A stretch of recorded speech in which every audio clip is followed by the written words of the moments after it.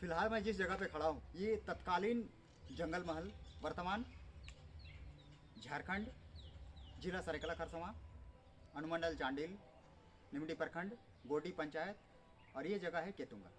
इस ग्राम का बगल में भी जो ग्राम है इसका नाम है केतुंगा। और ये जो जीर्ण शीर्ण जो मकान देख रहे हैं, जो टूटा फूटा मकान आप अभी देख रहे हैं, ये 1738 से पहले या 1738 के आसपास, क्योंकि मैं अंदाज़ा नहीं लगा सकता हूँ कि ये कितना पुराना है। ये मतलब पुरातत्व विभाग को मैं यहाँ आमंत्रित करना चाहूँगा, वो लोग अपने अपने हिसाब से इस मकान की जो उम्र हो सकती है उसका वो लोग अपना खोज और वो लोगों का जो प्रक्रिया है उसे इस मकान की जो असली उम्र हो सकती है, कितने साल पुराना है, उसका प्रमाणित कर सकते हैं कि ये मकान कितना पुराना है। तो ये मकान 1738 से पहले का है मेरे अंदाज से, बड़े बुजुर्गों का अनुसार, क्योंकि यहीं से ईस्ट इंडिया कंपनी अपनी शासन व्यवस्था इस आसपास में चलाती थी। जो वर्तमान जो निमडी प्रखंड है, इधर से जो पातकुम है, इधर से जो चांडिल है, इधर से जो बराभूम है, और ये संचालित कहाँ से होता था? क्योंकि उस समय सारा काम मान बाजार से होता था, जो अभी वर्तमान पुरुलिया में है। और वो घुटियाडी से लगभग, घुटियाडी से नहीं बोलेंगे, मैं इसी केतुंगा से ही बोलूँगा, इस केतुंगा से लगभग 55 किलोमीटर 52 किलोमीटर तक दूर हो सकता है। और यहाँ से घुटियाडी मुश्किल से 1-1.5 किलोमीटर है। तो मान बाजार उस समय यहाँ का सारा का मुख्यालय हुआ करता था ईस्ट इंडिया कंपनी का। और मान बाजार से होते हुए बड़ा बाजार, बड़ा बाजार से होते हुए बेड़ादा, जो ये सारा भी पश्चिम बंगाल में है। ये लालडी तक ये पश्चिम बंगाल में है। लालडी जैसे ही हम पार करेंगे जो सबसे पहला गांव आएगा वो है आप बुरुडी, बुरुडी से इधर केंदडी, केंदडी से फिर आ जाएंगे तो घुटियाडी। तो वहाँ से जो ईस्ट इंडिया कंपनी के जो अधिकारी होते थे वो घोड़े से आते थे, क्योंकि उस समय कोई दूसरा साधन नहीं था। और ये चूँकि जंगल महल था, मतलब रास्ता का कोई अच्छी व्यवस्था नहीं था, पगडंडी था, टेढ़े मेढ़े रास्ते थे, कोई समुचित आने जाने की व्यवस्था नहीं था। मुख्य साधन उस समय घोड़ा हुआ करता था। तो जो अंग्रेज पदाधिकारी होते थे वो मान बाजार से आते थे। ये ईस्ट इंडिया कंपनी के जो अंग्रेज जो पदाधिकारी होते थे वो मान बाजार से आते थे और यहाँ की व्यवस्था को, यहाँ अपना प्रशासनिक व्यवस्था को वो संचालित करते थे। वो घोड़े से आते थे, उसके आगे एक आदमी अपना पैर में घूंघर लगा के आता था और ऐसे वो नाच मतलब दौड़ते हुए आता था। और ये संकेत करता था कि जो गांव का जो रास्ता है, जो टूटा फूटा जो रास्ता है उस समय का, वो आप कोई भी ग्रामीण व्यक्ति वहाँ पे दिखना नहीं चाहिए। अगर कोई दिख जाता था तो उसके कोड़े पे कोड़े मार के उसको दंड दिया जाता था। क्योंकि उधर से अंग्रेज ईस्ट इंडिया कंपनी के जो पदाधिकारी वो आते थे, जिसको उस समय लोग बोलते थे साहेब। यही इस जगह के बगल में ही एक तालाब भी है, उस तालाब का नाम है साहेब बांध। साहेब किसको बोला जाता था? उस समय के ईस्ट इंडिया कंपनी के जो पदाधिकारी होते थे उसको साहेब बोला जाता था। ये ऑफिस है, ऑफिस के बगल में ही उधर सामने इधर ये जो है अभी वर्तमान यहाँ पे बामनी उच्च विद्यालय केतुंगा है। और ये जो ईस्ट इंडिया कंपनी का ऑफिस उस समय था, बाद में ये स्वतंत्रता के पश्चात या तो उस समय का बिहार सरकार तक में ये एक शिक्षण संस्था के रूप में काम किया गया। यहाँ पे हाई स्कूल चलता था। और इसकी बनावट, इसकी संरचना को आप सामने से देखेंगे तो अंदाज़ा लगा सकते हैं कि ये कितना पुराना हो सकता है।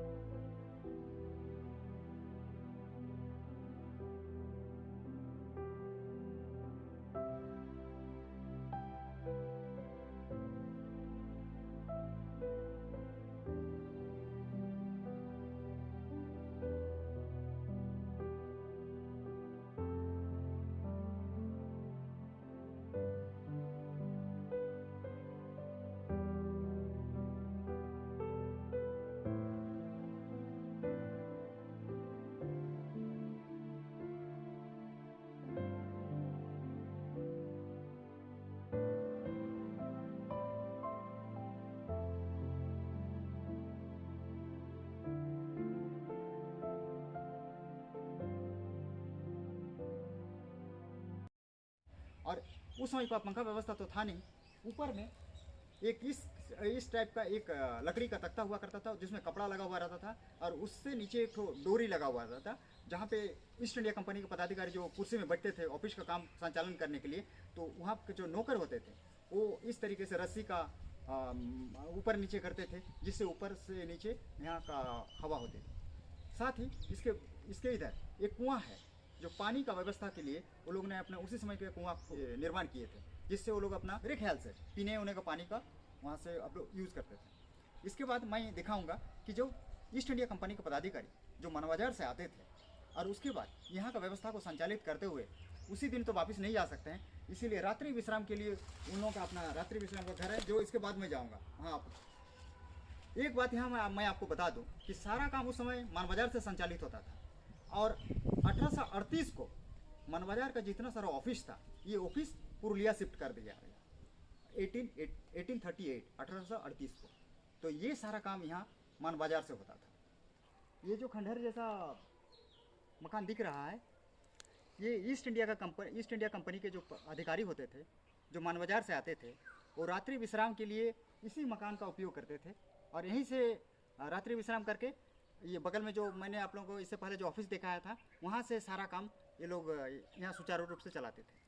तो ये उन लोगों का रात्रि विश्राम, इन लोगों का कोठी हुआ करता था। इसी बगल में वहाँ पे एक कुआं है जहाँ से ये लोग पानी व्यवस्था ये लोग का अपने चलता था, और इसके बगल में एक तो ये लोगों के लिए एक तो तालाब है जिसको हम लोग साहेब बांध बोलते हैं। अभी जहाँ पे जिस तालाब को आप देख रहे हैं इस तालाब का भी नाम है, अभी भी बोला जाता है, इस तालाब का नाम है साहेब बांध। तो आखिर साहेब किसको बोलते थे?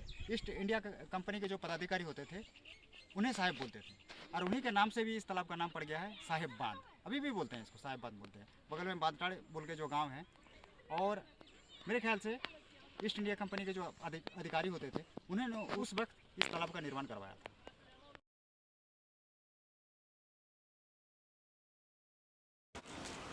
अभी जिस जगह पे खड़े हैं ये वर्तमान में तो आपका बेड़ादा हाई स्कूल है, बेड़ादा हाई स्कूल ये बेड़ादा ही है, टोला कुठीटाणी। और यहाँ पे ये जो अभी नवनिर्मित जो स्कूल है यहाँ पे कभी नील का कोठी हुआ करता है, और ये जो पुरानी ये जो आपका दीवार दिख रही है ये उसी समय का है। बाद बाकी अभी ये नया तरीके से बनाया गया है ये बेड़ादा हाई स्कूल को, लेकिन ये जो दीवार है ये काफ़ी पुराना है और इसकी स्थिति भी जर्जर है। तो ये प्राचीन समय में उस समय ये नील का कोठी हुआ करता था। अभी वर्तमान उस नील की कोठी को तोड़ते हुए इस जगह पे बेड़ादा हाई स्कूल का निर्माण किया गया है।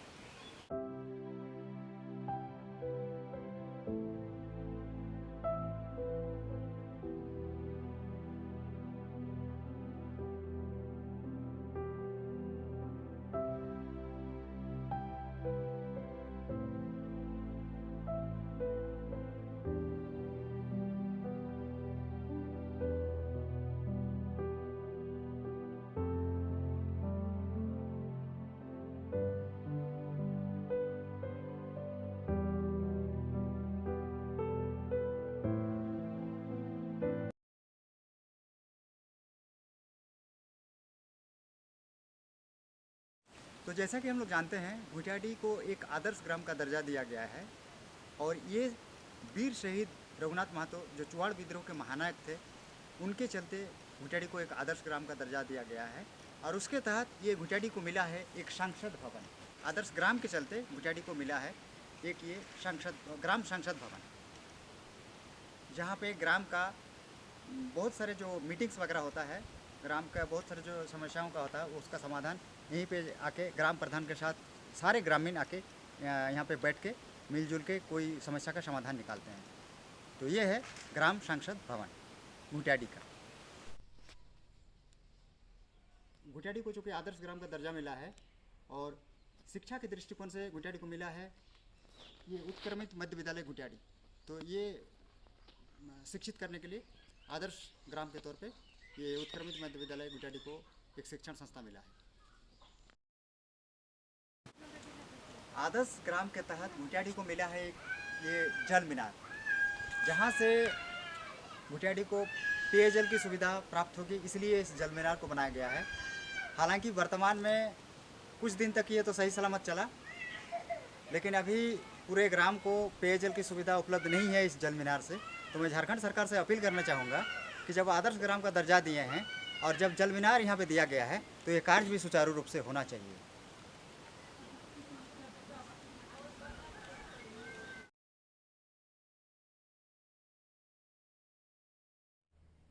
क्रांतिकारी जोहार।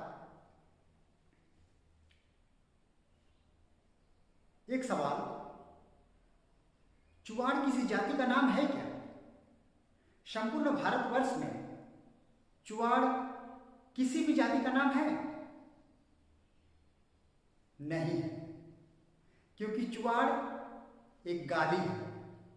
इसको राड़ बांग्ला में बोलेंगे या बांग्ला में बोलेंगे तो चुवाड़ एक अपमानजनक शब्द है, एक घृणित शब्द है, एक उत्पाती शब्द। जो उत्पात करता है उसे बोला जाता है, जो उपद्रव करता है उसे बोला जाता है, जो बदमाशी करता है उसे बोला जाता है। अर्थात एक शब्द में अगर हम बोलेंगे तो चुवाड़ राड़ बांग्ला में या बांग्ला में एक गाली है। इस बात से हम लोग अंदाजा लगा सकते हैं कि जिस विद्रोह का, जिस क्रांति का इतना घृणा की दृष्टि से देखा गया, इतना अपमान की दृष्टि से देखा गया और जिसे एक गाली से संबोधित किया, जिसको एक गाली का नाम दिया गया, उस विद्रोह का नाम है चुवाड़ विद्रोह। मैं चुवाड़ विद्रोह के महानायक, क्रांतिकारी, क्रांतिवीर शहीद रघुनाथ महतो को कोटि कोटि प्रणाम करता हूं, नमन करता हूं। शहीद रघुनाथ महतो का जन्म वर्तमान झारखंड में सरायकेला खरसावां डिस्ट्रिक्ट, चांडिल अनुमंडल, गोरडी पंचायत और घुटियाडी ग्राम में हुआ था। 21 मार्च 1738 ईस्वी को। रघुनाथ महतो शुरू से ही क्रांतिकारी विचारधारा के व्यक्ति थे। 12 अगस्त 1765 को मुगल बादशाह शाह आलम द्वितीय, उससे ईस्ट इंडिया कंपनी ने दीवानी प्राप्त कर लिया, यानी कि दोनों के बीच में एक समझौता हुआ, शाह आलम द्वितीय और ईस्ट इंडिया कंपनी। और उस दीवानी के अंतर्गत इन्हें बिहार, उड़ीसा, छोटानागपुर इन प्रदेशों की इन्हें दीवानी प्राप्त हुआ। अर्थात इन प्रदेशों के अंतर्गत जितने भी जमींदार हैं और जितने भी जो छोटे बड़े जो भी राजा हैं, उसके साथ ईस्ट इंडिया कंपनी एक समझौता करेगी और उसके आधार पे इन क्षेत्रों में ईस्ट इंडिया कंपनी का एक प्रत्यक्ष या अप्रत्यक्ष रूप से उनका अधिकार प्राप्त हो गया। तो जैसे ही ईस्ट इंडिया कंपनी को ये शाह आलम द्वितीय से बंगाल की दीवानी प्राप्त हुई, तो उसी वक्त ईस्ट इंडिया कंपनी सबसे पहले उनकी बुरी नजर जमीन पर पड़ी। अर्थात जल, जंगल, जमीन, इन तीनों पे ईस्ट इंडिया कंपनी का एक कुदृष्टि पड़ा। क्योंकि उस समय ये जो क्षेत्र था, ये खासकर अगर हम बोले जंगल महल का जो क्षेत्र था, ये बड़ा ही जंगली इलाका था, सुविधा नहीं था, आवागमन की सुविधा नहीं था उतनी अच्छी, यातायात की व्यवस्था उतनी अच्छी नहीं थी उस वक्त तो, लेकिन जमीन तो थी। और उस समय का मुख्य पैसा, यानी जो हम लोग सबसे पहला पैसा अगर बोलेंगे तो कृषि था। लेकिन ईस्ट इंडिया कंपनी तो व्यापार करने आई थी, उन्हें व्यापारी की नजर गड़ाई, तो गड़ाई कहां पे? जहां से यहाँ इस जगह से उसको फायदा पहुंचना चाहिए, उस जगह पर उसने सबसे पहला नजर दिया। तो यहाँ के जो कुड़मी हुआ, आदिवासी हुआ, यहाँ के जो भी मूलवासी थे उस समय, यहाँ के जिन्होंने अपने मेहनत से, अपने परिश्रम से जो खेत बनाए थे, जिस कृषि से अपना जीवन निर्वाह कर रहे थे, सबसे पहले उसी जमीन पर उन लोगों का कुदृष्टि पड़ा और उन्होंने टैक्स बढ़ाना शुरू कर दिया, नए नए टैक्स भी उसमें जोड़ना शुरू कर दिया। जमीन अपने बनाए थे और उस समय जंगल महल के जितने भी व्यक्ति थे उस जमीन को बनाया था, पहाड़, जंगल पहाड़ को काट कर जमीन बनाया था और अपना जीविका निर्वाह उसी से करते थे। अब ईस्ट इंडिया कंपनी अपने व्यापार को चलाने के लिए बहुत सारे नए नए नए टैक्स का भी जोड़ दिए किसानों के ऊपर। इस क्षेत्र के व्यक्ति अर्थात जंगल महल के व्यक्ति शुरू से ही बड़ा ही स्वतंत्र और बड़ा ही मासूम निरीह साधा सीधा व्यक्ति थे। अपना कृषि करके अपना जीवन निर्वाह करते थे। जब उनका मुख्य चीज पे ही यानी कि कृषि पे ही जब टैक्स की बढ़ोतरी की गई, विभिन्न नए नए टैक्स जोड़ दिया गया, और दूसरी बात कृषि को छोड़कर जबरदस्ती एक कृषि कराया गया, वो हुआ नील का खेती। ईस्ट इंडिया कंपनी और बंगाली जमींदारों की जबरन जमीन से मालगुजारी यानी कि टैक्स लेना, इन सारे चीजों को देखते हुए रघुनाथ महतो को यह महसूस हुआ कि अपना ही जमीन अब छीना जा रहा है। जो यहाँ के जो मतलब कुर्मी लोग हैं, जो यहाँ का आदिवासी लोग हैं, इन लोगों का जमीन को छीन के दूसरे को दिया जा रहा है। तो इनके मन में अंदर से एक क्रांति की भावना उत्पन्न हुई।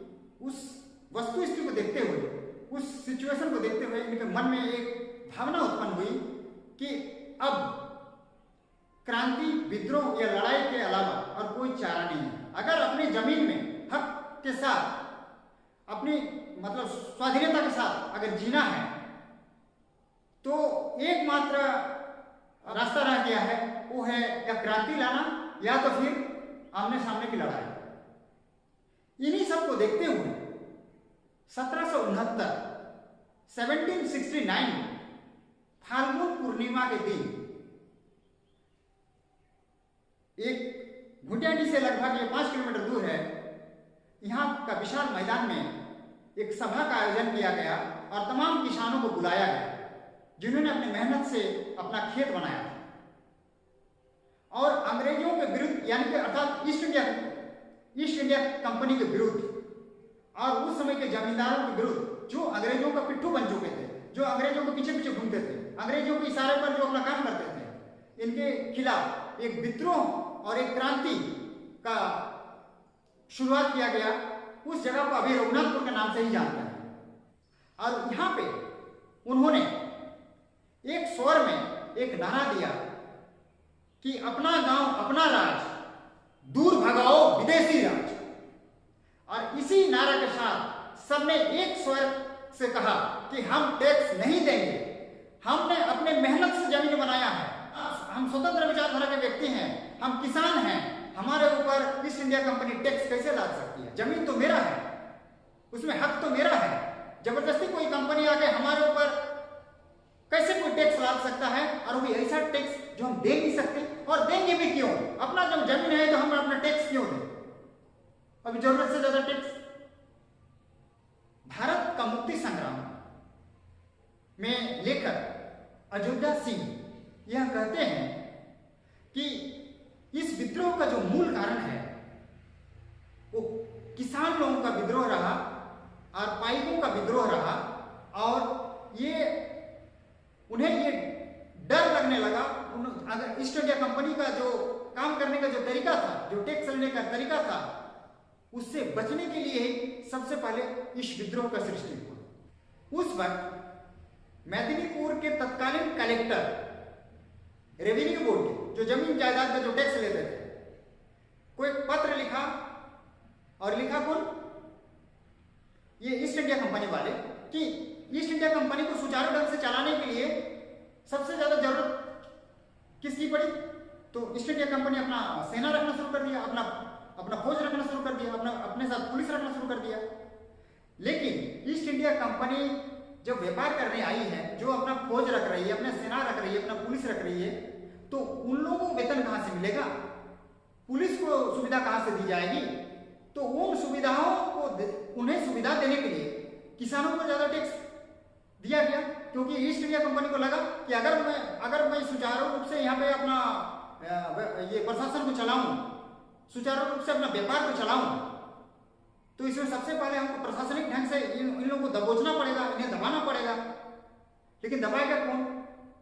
उसके लिए तो प्रशासनिक व्यवस्था चाहिए उन्हें। तो सबसे पहले उन्होंने जो व्यवस्थित किया वो अपना फौज खड़ी की, अपने सिपाही खड़ी की, अपनी पुलिस खड़ी की, और उन्हें सही तरीके की सुविधा देने के लिए किसानों पर एक्स्ट्रा टैक्स लाद दिया गया।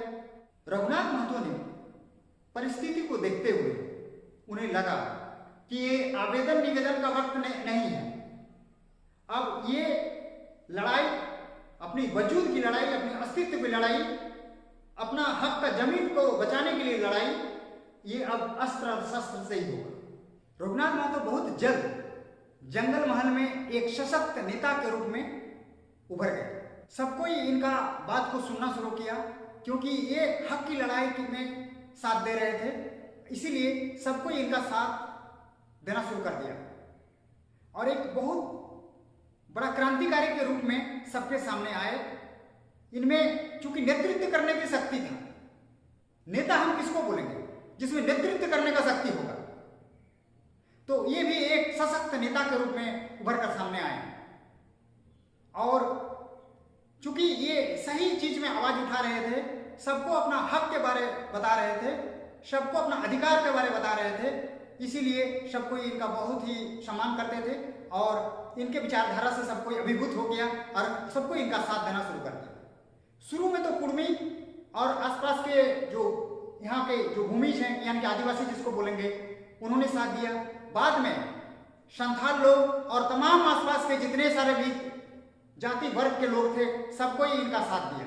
जो भी किसान थे, जिनका मुख्य पेशा किसान था, सबको ये एक साथ इनका साथ दिया। ईस्ट इंडिया कंपनी को अपना ईस्ट इंडिया कंपनी अपना कंपनी को सही तरीके से चलाने के लिए उन्हें नए नए नियम कानून बनाना शुरू कर दिया। ये दादाजी और उन लोगों के भी जो दादाजी थे, उनके जो पिताजी थे, उन लोग बड़े बुजुर्गों से सुने थे कि उस वक्त जैसे गुटियाडी है, यहाँ से उस वक्त इधर का सारा कामकाज जो है वो मान बाजार से होता था। मान बाजार अर्थात हम लोग ये अंदाजा लगा सकते हैं कि घुटियाडी से लगभग 50 किलोमीटर दूर है। मान बाजार से होते हुए बड़ा बाजार में भी एक राजा था और मान बाजार बड़ा बाजार से होते हुए ये आपका जो अभी ये सारा पश्चिम बंगाल में है और उसके यहाँ बेड़ादा, अभी बेड़ादा भी पश्चिम बंगाल में है। बेड़ादा में अभी वर्तमान वहां पे हाई स्कूल बन गया है, बेड़ादा हाई स्कूल, लेकिन उस जगह पे नील का कोठी हुआ करता था और उसीलिए बेड़ादा का ये टोला है, उस टोला का नाम है कुठीटाड़। आज भी उसको कुठीटाड़ बोलते हैं। कुठीटाड़ क्यों बोलते हैं? क्योंकि वहां पे नील का कोठी हुआ करता था और अंग्रेज जो पदाधिकारी हुआ करते थे, वो अंग्रेज पदाधिकारी मान बाजार से बड़ा बाजार होते हुए ये कुठीटाड़ का जो यहाँ पे नील की खेती कराने के लिए उसका देखभाल करते हुए उधर से घुटियाडी होते हुए आपका केतुंगा, अभी वर्तमान घुटियाडी के सामने ही है, केतुंगा बोल के एक जगह है। अभी हालांकि ये भी पहले उस समय क्या था, जो अंग्रेज वरना ईस्ट इंडिया कंपनी का जो पदाधिकारी या अधिकारी लोग घोड़ा के ऊपर में वहां से मान बाजार से घोड़ा के ऊपर में अपना देखते हुए अपनी कंपनी को सुचारू ढंग से चलाने के लिए घोड़ा के ऊपर घुड़सवारी करके आते थे, क्योंकि ये जगह उतना सुविधाजनक था नहीं, पगडंडी और टेढ़े मेढ़े रास्ते, जंगल का इलाका, तो उस समय का मुख्य साधन क्या था? घोड़ा था। तो उस समय क्या करते थे कि एक व्यक्ति को उसका पैर में घूंघर बांध दिया जाता था और वो घूंघर से होते हुए गांव में ऐसा करते हुए आते थे, ताकि वो एक संकेत है कि पीछे से घोड़ा के ऊपर ईस्ट इंडिया कंपनी का अधिकारी पदाधिकारी आ रहे हैं, तो आपको रास्ता छोड़ देना है। अगर किसी ने किसी भी तरीके से उस नियम का पालन नहीं करता था, यानी कि अंग्रेज पदाधिकारी ईस्ट इंडिया कंपनी के जो पदाधिकारी या अधिकारी होते थे, जो घोड़े के ऊपर में चढ़ के आते थे, उस वक्त अगर रास्ते में किसी को भी दिखाई पड़ता था तो उसको कोड़ा पे कोड़ा बरसाया जाता था, उसे दंड दिया जाता था कि उसने आज्ञा का उल्लंघन क्यों किया। जब इस रास्ता में मेरे आने से पहले ही एक व्यक्ति जो घूंघर का जो आवाज है, उस आवाज से सबको संकेत दे रहा है कि रास्ता खाली होना चाहिए, अगर रास्ता में कोई नजर आएगा तो उसे कोड़े पे कोड़े बरसात किया जाता था, कोड़े से कोड़े उसको मारा जाता था। और वहां से आकर घुटियाडी के बगल में जो केतुंगा बोल के जो है बाद में ये हाई स्कूल बन गया, उस समय ये ऑफिस था और उस ऑफिस के बगल में उन लोगों का जब माल बाजार से जब आएंगे तो उसी दिन हो सकता है वापिस फिर से उधर नहीं जाएंगे, इसीलिए वहाँ पे रात्रि विश्राम या अपना विश्राम के लिए वहाँ पे बगल में बंगला भी था, मतलब कोठी था, उस समय उसको कोठी बोल सकते हैं। उसी ये केतुंगा का जो हाई स्कूल है उसके बगल में एक बड़ा सा तालाब है, उस तालाब का आज भी नाम है, उस तालाब का नाम है साहेब बांध। साहेब बांध मतलब साहेब उस समय किसको बोला जाता था? साहेब बोला जाता था ईस्ट इंडिया कंपनी के अधिकारियों को, अंग्रेजों को इज्जत के साथ साहेब बोला जाता था। तो साहेबों ने अपनी जल क्रीड़ा या अपनी सुविधा के लिए, क्योंकि जो कोठी है उसके बगल में तो काफी पुराना उसी समय का कुआं भी है, यानी कि पानी का व्यवस्था वो लोग अपना कुआं के हिसाब से रख लिए थे। जो हाई स्कूल है, जो बड़ा ऑफिस था, उस ऑफिस में मैं अपने, अभी तो बंद है क्योंकि उसकी स्थिति बहुत नाजुक है, जर्जर स्थिति में है, तो उस समय पंखा तो था नहीं, तो एक बड़ा सा लकड़ी का ऐसे ऊपर में तख्ती जैसा था, उसमें कपड़ा दिया हुआ था और उसका नीचे एक रस्सी रखा हुआ था और वहीं पे एक बड़े बड़े कुर्सी हुआ करता था और ऊपर से नीचे तक एक रस्सी था, उसी रस्सी से ऐसे ऐसे ऐसे करके वो ऊपर का जो वहां पे जो कपड़ा दिया हुआ जो वस्तु था वो हिलता था, जिससे ऊपर से हवा नीचे आती थी। तो फैन नहीं था, लेकिन फैन को इस तरीके से वो लोग जुगाड़ बैठा लिया। धीरे धीरे रघुनाथ महतो का प्रभाव काफी बढ़ गया, क्योंकि इनका जो नेतृत्व करने की जो शैली था ये सबको पसंद आ गया, सबको इनका बात को सुनने लगे, मानने लगे। और इस तरीके से सिर्फ ये जो विद्रोह का जो चिंगारी था ये चारों ओर फैलने लगे। और सिर्फ ये निमटी तक नहीं रहा, ये निमटी के साथ इधर पातकों, इधर बराभूम को अभी वर्तमान बलरामपुर बोल सकते हैं, अभी उसका दूसरा नाम बलरामपुर भी है, लेकिन जो स्टेशन है उसका नाम बराभूम ही है। बराभूम से उधर होते हुए चाकुलिया से होते हुए झाड़ग्राम से लगे होते हुए मेदिनीपुर, उतना दूर तक फैल गया। और उधर से फिर आपका किंगचुप परगना, जो वर्तमान सरायकेला खरसावां डिस्ट्रिक्ट है, सरायकेला खरसावां डिस्ट्रिक्ट का आपका ये हाता हो गया, हल्दी पोखर हो गया, राजनगर हो गया, हैसल हो गया, सिजुलता हो गया, बिकुटुम हो गया, यानी कि ये राजनगर वाला इलाका यहाँ तक धीरे धीरे फैल गया। जंगल महल के बहुत से राजा अंग्रेजों की अधीनता स्वीकार कर लिए थे, यानी कि अंग्रेजों के सामने झुक गए थे, नतमस्तक हो गए थे। लेकिन उसमें से एक राजा जो थे वो अंग्रेजों के अधीनता कभी स्वीकार नहीं किए, अंग्रेजों के सामने कभी नहीं झुके। उसमें से एक थे जो धर्मगढ़ के राजा बैकुंठ धवल थे। लेकिन ईस्ट इंडिया कंपनी तब तक मेदिनीपुर और जामबनी तक अपना कब्जा में कर लिया और उन्हें घाटशिला तक में और धर्मगढ़ घाटशिला को भी कब्जा में करना था।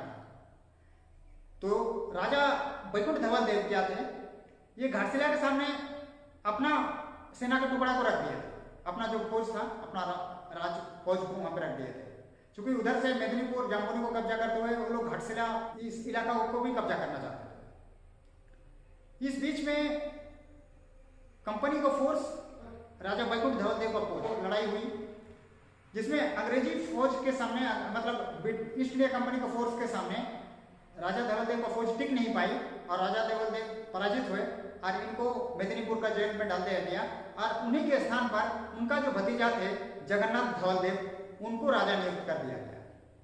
कुछ दिन तो बहुत अच्छा संबंध रहा अंग्रेजों के साथ जगन्नाथ धवल देव का, लेकिन अंग्रेजों का अत्याचार से ये भी परेशान हो गए और अंग्रेजों ईस्ट इंडिया कंपनी की बात मानना से इनकार कर दिया। जो जगन्नाथ धवल देव थे ये ईस्ट इंडिया कंपनी की बात को सुनने के लिए इनकार कर दिया। तो इनकार कर देने का एक ही मतलब था कि अंग्रेजों के साथ फिर से लड़ाई। तो इन्हें पकड़ने के लिए अंग्रेजी फौज, ईस्ट इंडिया कंपनी की फौज आने लगी। जगन्नाथ धवल देव भी अपना जान बचाने के लिए अपना मूल जगह को छोड़कर ये गांव और जंगल का शरण लेने लगे। और 1773 में पीपला बोल के एक जगह है जहां पे रघुनाथ महतो के साथ जगन्नाथ धवल देव की मुलाकात हुई और दोनों फिर अंग्रेजों के खिलाफ हो गए।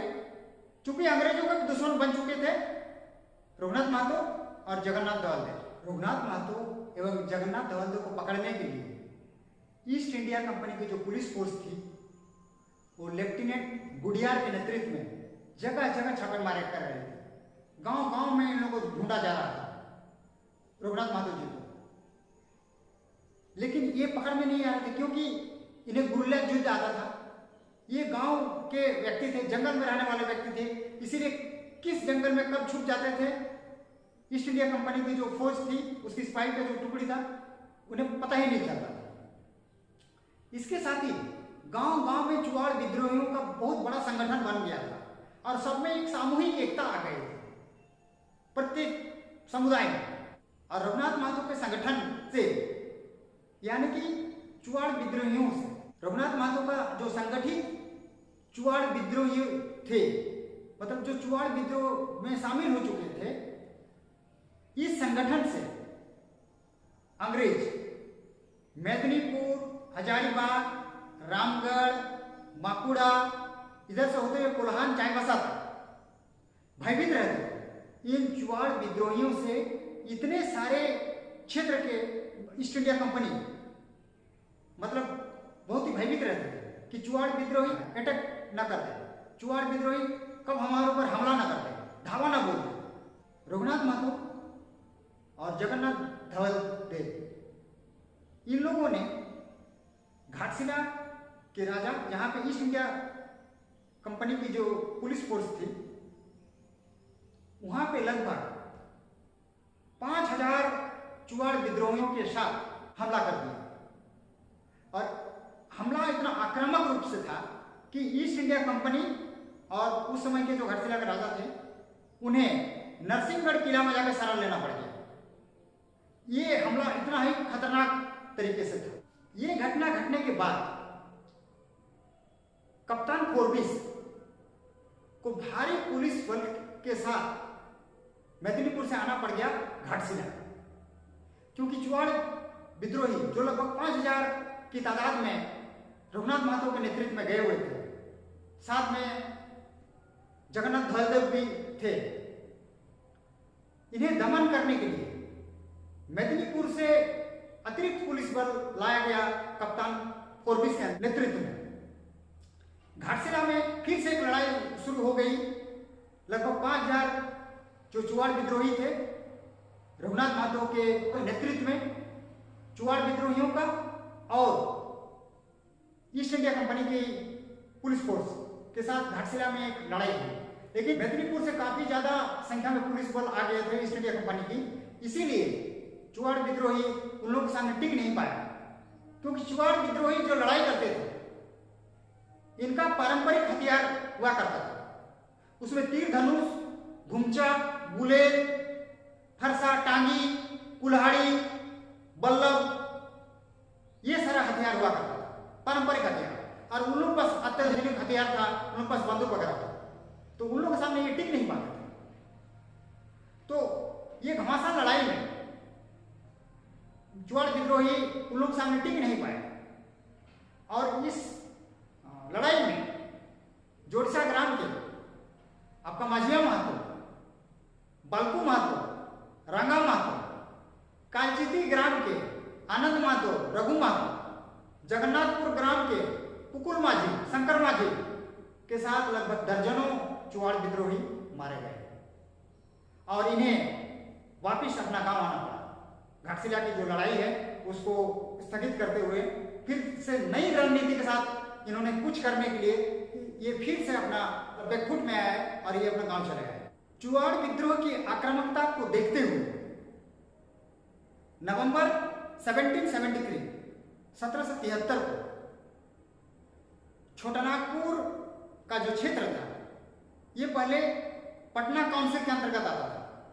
इसको पटना काउंसिल से इसको नियंत्रण क्षेत्र से इसको हटा दिया गया और इसको डायरेक्ट बंगाल प्रेसिडेंसी के अंतर्गत छोटानागपुर क्षेत्र को लाया गया, ताकि ईस्ट इंडिया कंपनी की जो मुख्यालय था कोलकाता, वहां से डायरेक्ट यानी कि प्रत्यक्ष रूप से शासन प्रशासन को संभाला जा सके। जनवरी 1774 को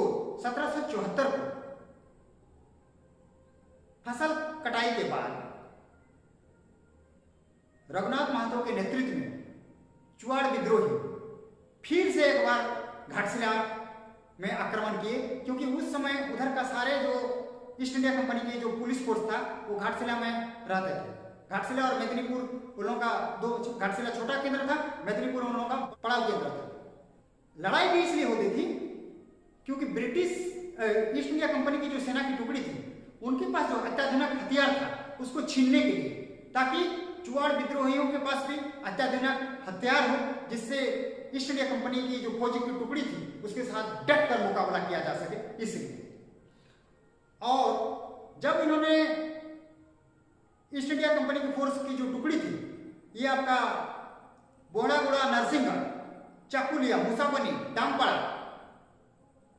इन सारे क्षेत्रों को ये चुआड़ विद्रोही जो आक्रमण किए, तो इन सारे क्षेत्रों को ईस्ट इंडिया कंपनी की जो पुलिस की टुकड़ी थी, इन्होंने इतने सारे क्षेत्रों को, जो फसल था उस फसल में आग लगा दिया, गांव में भी आग लगा दिया। इन घटनाओं को देखकर हल्दी पोखर के सेना अध्यक्ष, मतलब ईस्ट इंडिया कंपनी का सेना का टुकड़ी का जिसके हाथ में नियंत्रण था, उनका नाम था कैप्टन सिडनी स्मिथ, और 10 अप्रैल 1774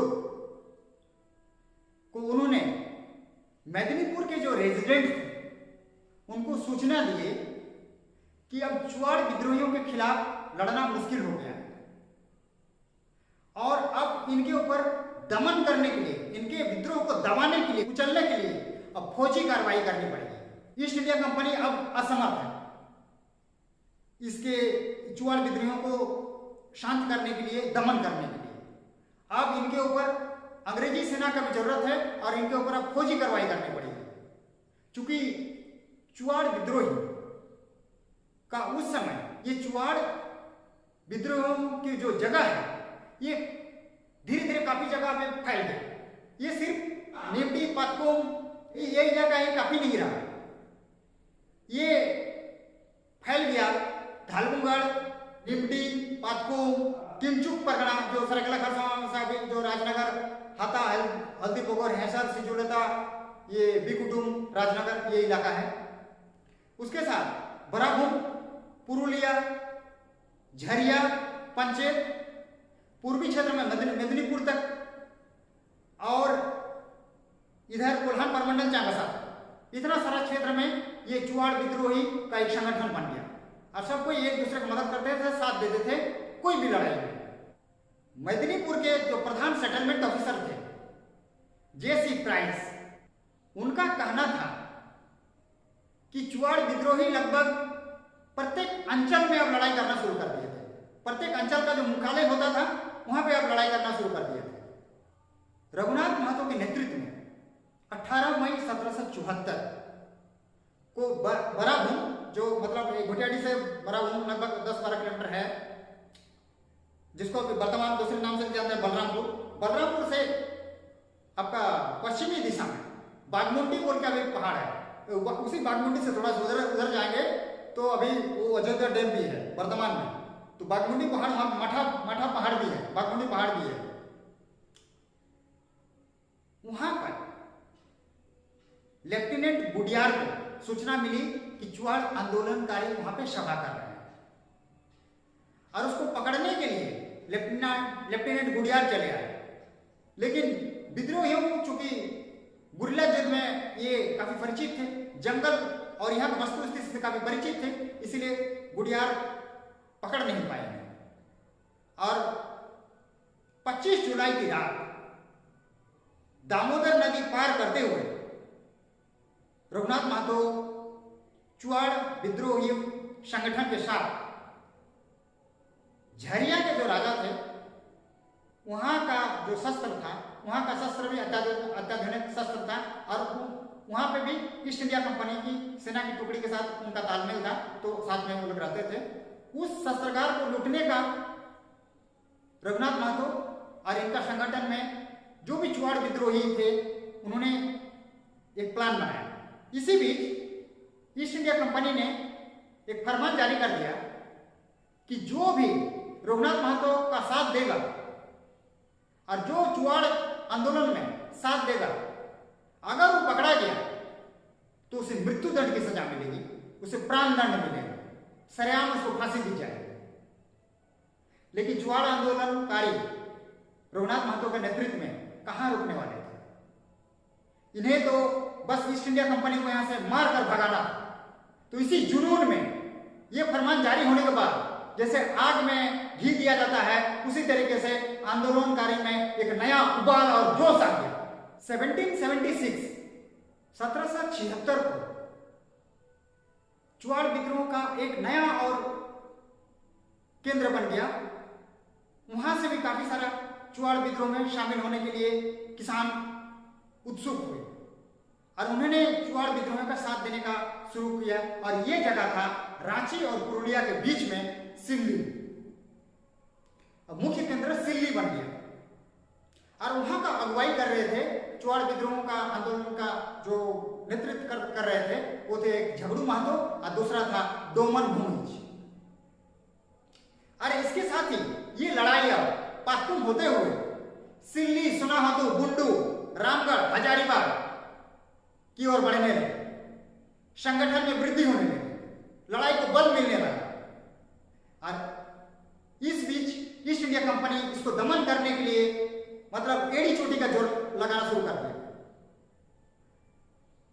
इतना ज्यादा ये चुआड़ विद्रोह की आग इतना धधक चुकी थी कि इसकी धधकती हुई जो आंच था ये उस समय भारत के तत्कालीन गवर्नर जनरल वारन हेस्टिंग्स उनके वहां तक भी पहुंच गया ये चुआड़ विद्रोह का ज्वाला। उन्होंने ईस्ट इंडिया कंपनी के जो पदाधिकारी थे उन्होंने उनको निर्देश दिया कि चुआड़ विद्रोहियों को अगर आप दबा नहीं पा रहे हैं तो एक समझौता कीजिए। मतलब ईस्ट इंडिया कंपनी और चुआड़ विद्रोहियों के बीच शांतिपूर्ण एक समझौता, एक बातचीत के माध्यम से समस्या का समाधान निकालने के लिए वारन हेस्टिंग्स ने ईस्ट इंडिया कंपनी के जो पदाधिकारी थे उनको निर्देश दिए। लेकिन ईस्ट इंडिया कंपनी पदाधिकारी के नीचे तो यहाँ के जमींदार पिट्ठू लोग थे जिन्हें मुफ्त का पैसा मिलना शुरू हो गया था, जिन्हें मुफ्त का अय्यासी मिल गई थी। तो उस अय्यासी को कैसे छोड़ सकते थे, इसीलिए ईस्ट इंडिया कंपनी और चुआड़ विद्रोहियों के बीच में समझौता को होने ही नहीं दिया गया। जब यह समझौता नहीं हुआ तो चुआड़ विद्रोहियों के बीच में और आग की धधकती हुई ज्वालामुखी उठने लगी और आजादी का पंख फड़फड़ाने लगा। और इसीलिए रघुनाथ महतो के नेतृत्व में 5 अप्रैल 1778 को ये लोटा गांव में रात में एक आम सभा का आयोजन किया गया गुप्त रूप से। लेकिन पता नहीं, और ये सभा इसलिए हुई थी कि उस सभा के बाद इस आंदोलन को एक बृहद रूप देने के लिए रामगढ़ फौजी छावनी में जो हथियार था उसको लूटना, उसके बाद विद्रोह को एक अंजाम तक पहुंचाने के लिए। लेकिन इसी बीच में किसी तरीके से ईस्ट इंडिया कंपनी के जो फौजी टुकड़ी थे उसको रामगढ़ जो कैंट के उधर ईस्ट इंडिया कंपनी का जो टुकड़ा था उसको पता चल गया कि लोटा गांव में रघुनाथ महतो चुआड़ विद्रोहियों के साथ एक रात्रि सभा का आयोजन कर रहे हैं, जो बहुत ही गुप्त सभा चल रही थी। ईस्ट इंडिया कंपनी के जो सिपाही थे, पुलिस फोर्स थे, वो चुपके से आए और अंधाधुंध गोली मारना शुरू कर दी, जिसमें शहीद रघुनाथ महतो शहीद हो गए। इनके साथ दर्जनों लोग शहीद हो गए। काफी सारा लोग जो है उन्हें पकड़ लिया गया और उन्हें जेल में डाल दिया गया। और इस तरीके से चुआड़ आंदोलन का वहां पे एक थोड़ा सा एक पड़ाव लग गया। लेकिन ये रुका नहीं। ये चुआड़ आंदोलन विभिन्न नेतृत्व के साथ ये 1805 तक चला। समय समय पर कई नेतृत्वकर्ताओं ने इस विद्रोह का नेतृत्व किया और जिसमें से प्रमुख रहा हल्बुमगढ़ के खैरपात वर्तमान कोटका प्रखंड के जागीरदार सुबल सिंह, दामपड़ा जो अभी वर्तमान घाटशिला प्रखंड है के सरदार जगन्नाथ पातर और श्याम गंजा ने चुआड़ विद्रोह को एक अलग शक्ति प्रदान किया। और इसके साथ विभिन्न तमाम क्षेत्रों में चुआड़ विद्रोह निरंतर जारी रहा 1805 तक। मैं भारतवर्ष के प्रथम स्वतंत्रता सेनानी या प्रथम विद्रोही, प्रथम क्रांतिकारी महानायक शहीद रघुनाथ महतो को नमन करता हूँ। वो जो राह दिखाए, जो क्रांति लाए, वो बाद में जितने भी क्रांति हुई भारत में, उसका शुरुआत किए, तो इससे नई जो क्रांति आई, इसको ऊर्जा मिली और एक अंजाम तक हम लोगों ने पहुंचा।